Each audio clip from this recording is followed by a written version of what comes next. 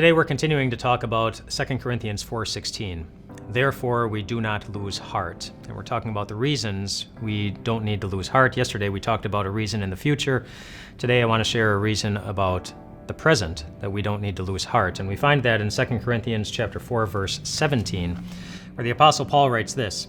He says, "For our light and momentary troubles are achieving for us an eternal glory that far outweighs them all." Did you notice what he called your troubles?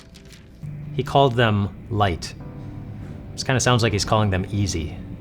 Is that what you call your troubles? You know, when you're faced with a situation, a hard one that looks overwhelming, when you're face to face with the same temptation that got the best of you last time, when you're in a situation that's just really troubling, that's light, that's easy, right?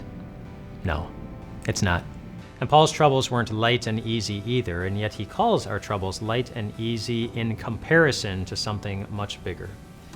In comparison to a promise, a very big promise that we get to live with in the present, that God is using our troubles and our pain to achieve for us a far bigger glory. I have my grandfather could build anything.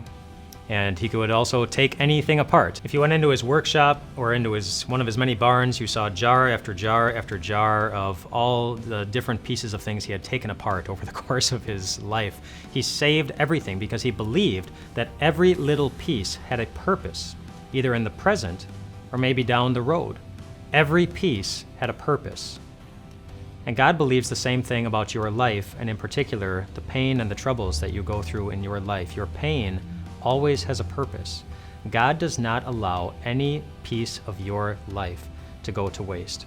There are many different ways that God uses our pain to accomplish something good, but Paul talks about one particular reason in the verse that we read.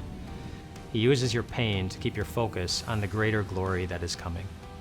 God knows that sometimes our hearts get a little bit too attracted to the comforts and the treasures and the pleasures of this world, and so when he sees that happening, often he will take them away to keep our lives in perspective, so that we are reminded that heaven is our true home and that earth isn't.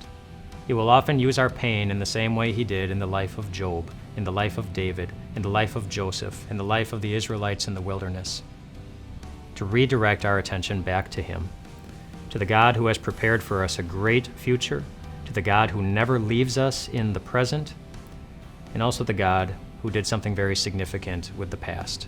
And we'll talk about that tomorrow.